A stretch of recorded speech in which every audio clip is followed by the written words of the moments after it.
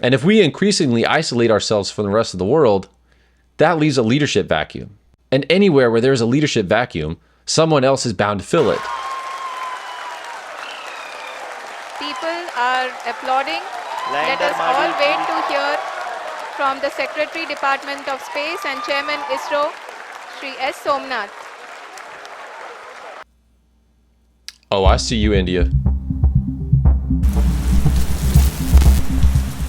Hey guys, JDR Exospace here. So India has just completed a decades-long dream to land a lunar lander on the moon, on the south pole of the moon specifically, becoming just the 4th country in the history of the world to land an object on the moon successfully. And this has become a serious point of national pride for India. We have achieved soft landing on the moon, the chairman of the Indian Space Research Organization said after a roar ripped through the ISRO compound just past 6 p.m. local time. India is on the moon. The Indian public already takes great pride in the accomplishments of the nation's space program, which has orbited the moon and Mars and routinely launches satellites above the Earth with far fewer financial resources than other spacefaring nations. Now here's the part I wanted to get to in this video, but the achievement of Chandrayaan-3 may be even sweeter as it comes at a particularly important moment in the South Asian giant's diplomatic push as an ambitious power on the rise. Now you may have noticed in many of the videos that have been released about this Indian moon landing, Prime Minister Narendra Modi is in the background of all of these videos kind of waving the flag, and there's even memes going around on Twitter with Prime Minister Modi kind of injecting himself into the celebrations of ISRO. But this is what leads us into the topic of this video and why there might be kind of a darker side to this moon landing. Now, we can all celebrate for the scientific achievements and the accomplishments just as a species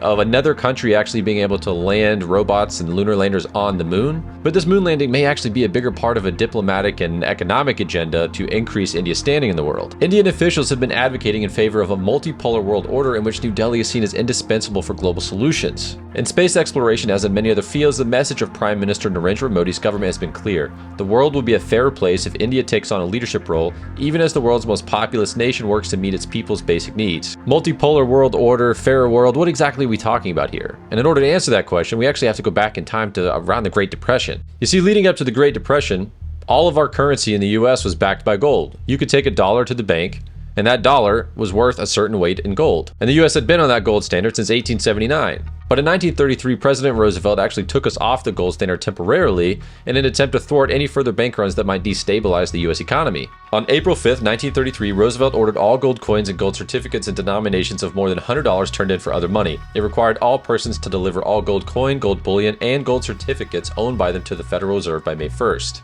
This increase in assets allowed the Federal Reserve to further inflate the money supplies. Now, essentially what the FDR administration was trying to do was, by taking us off the gold standard, allow the Federal Reserve to have more flexibility in adjusting the value of the dollar to avoid a further bank run and further deflation. And at the end of World War II, FDR entered the US into an economic and military alliance with Saudi Arabia that would eventually lead to the establishment of what's now known as the petrodollar. And the petrodollar really became established not under FDR but Richard Nixon. You see, in 1971, the US economy wasn't doing so great either, and we were still technically on the gold standard, although not exactly the way we were before the Great Depression. But it was in 1971 that President Richard Nixon officially removed the dollar from the gold standard. We must protect the position of the American dollar as a pillar of monetary stability around the world. As a result, the dollar's value plummeted, which helped the US economy as its export values also decreased, making them more competitive. A falling dollar hurt oil exporting countries because contracts were priced in US dollars. Their oil revenues dropped along with the dollar. The cost of imports denominated in other currencies increased. So essentially, this was an agreement between President Richard Nixon and oil-producing countries in the Middle East to only allow the sale of oil to be conducted in US dollars, effectively making the US dollar, paper money, the global currency standard, because every country at that time is entirely dependent upon imported fossil fuels. And ever since then, this petrodollar has been the global currency standard. It's why, as a US citizen, you're able to go to the bank here in the US, get on a plane, go to most places in the world, and still buy things with the US dollar. It's the global currency standard. And while that works great for us here in the US when we go on vacations, a lot of other countries, particularly those that are adversarial to the United States, aren't a huge fan of this policy. And from their perspective, there's a lot of good reason for this. The US government has effectively been able to use that global hegemony of the US dollar to bully other countries into submission for decades. The most recent examples of this are the US sanctions against Iran and most recently Russia. Now, Russia had a very hard economic time at the beginning of the Russia-Ukraine war, and if Russia is not able to export their oil to Western Europe, which was the largest recipient of their oil at the time, because they conduct that business in US dollars, then they had a very difficult time getting any of that oil out, and it's a large, very large component of their global economy. Now, they've since created new trading partnerships with countries like China, and they're not trading in the US dollar. And see, it's that very principle right there, that ability of the US to control global trade and partnerships with even adversarial countries because of the petrodollar, that led to the creation of the organization known as BRICS. And the name BRICS comes from the names of its composing countries: Brazil, Russia, India, China, and more recently South Africa. And you can go on the BRICS website, their official website, and they don't exactly make it a secret what their agenda is. Luiz da Silva, president of Brazil, says BRICS cooperation presents challenges and opportunities for global development. It is important that member countries continue to work together to overcome obstacles and seize opportunities as they arise.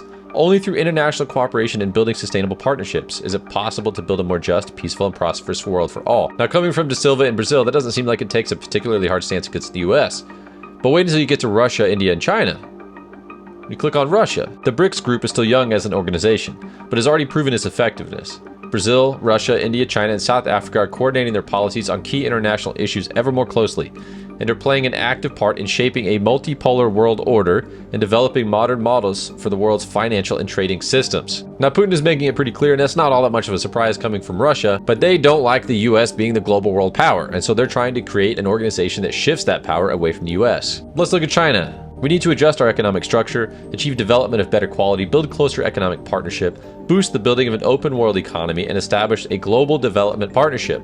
Now, that's not that crazy coming from China, but again, they're talking about building an open world economy, establishing a global development partnership, specifically one that does not feature the US as the central arbiter of policy worldwide. And now, most relevant for this space race topic of conversation is India. Now, what do they have to say about this? The world must unite as one to decisively confront global challenges. Corrective action must begin with reform of institutions of global governance. This has been on the BRICS agenda since its inception.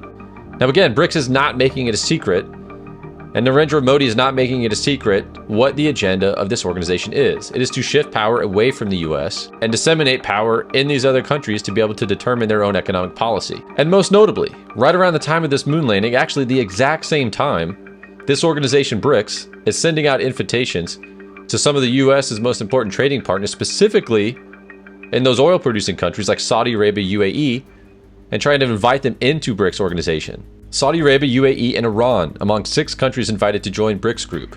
Oil power Saudi Arabia and United Arab Emirates have been invited to become members of the BRICS group of developing nations in its first expansion in over a decade. Also invited are Iran, Egypt, Ethiopia, and Argentina. If Saudi Arabia accepts the invitation, the world's largest crude oil exporter will find itself in the same economic bloc as the world's biggest oil importer, China. It will also mean that Russia and Saudi Arabia, both members of OPEC Plus, a group of major oil producers, will join each other in a new economic bloc. The two countries often coordinate their oil output, which has in the past put Saudi Arabia at odds with its allies, the United States. The bloc's expansion raises the question of potential de-dollarization, a process by which members would gradually switch to using currencies other than the US dollar to conduct trade. The BRICS countries have also been talking about a common currency, an idea analysts have described as unworkable and unlikely in the near future. Now, a lot of those analysts are probably based in the US, would be my guess. But again, this push to get away from the US dollar, this is not something that they are keeping it a secret. They're talking about this openly. Now, some might call it a conspiracy theory, or some others might just call it geopolitics. But I don't see it exactly as a coincidence that Prime Minister Narendra Modi is waving the Indian flag around the time of the moon landing, and at the same time, other countries are being invited into the organization India is a founding member of in an attempt to shift global economic power away from the US and towards countries like India, China, and Russia. And furthermore, if one were really inclined to be cynical, one could even make the argument that the Indian moon landing isn't even about the moon or space travel or space exploration at all. In fact, it's rather largely symbolic. The US landed a manned mission on the moon decades ago. There's already 3 countries that have had rovers on the moon. So this is largely symbolic, but it does cast India as a technological, global power to be reckoned with, one that the rest of the world has to take seriously because of their technological innovation. Now, make no mistake about it, the US is still leading the space innovation and exploration field, and SpaceX is still able to do space travel cheaper than anybody else in the world. But we have largely shrunken away from our space exploration tendencies of the 60s and 70s as our economic and political agendas have shifted. And while we should be able to celebrate this achievement of India actually landing on the south pole of the moon, this really should be a wake-up call for the US in many ways. The US didn't become a global superpower by isolating itself and pushing away all of our allies. We became a global superpower because of the economic alliances that we created, like some of the ones I talked about in the earlier part of this video. And if we increasingly isolate ourselves from the rest of the world, that leaves a leadership vacuum. And anywhere where there's a leadership vacuum, someone else is bound to fill it. And if we retreat from the rest of the world, then the country that's filling that vacuum might not always be somebody we agree with or has our best interest in mind. And that's all I have for you guys in this video. Turn the notification bells on so you get notified when I post new videos. Make sure you hit that like button, subscribe, and I will catch you guys on the next one.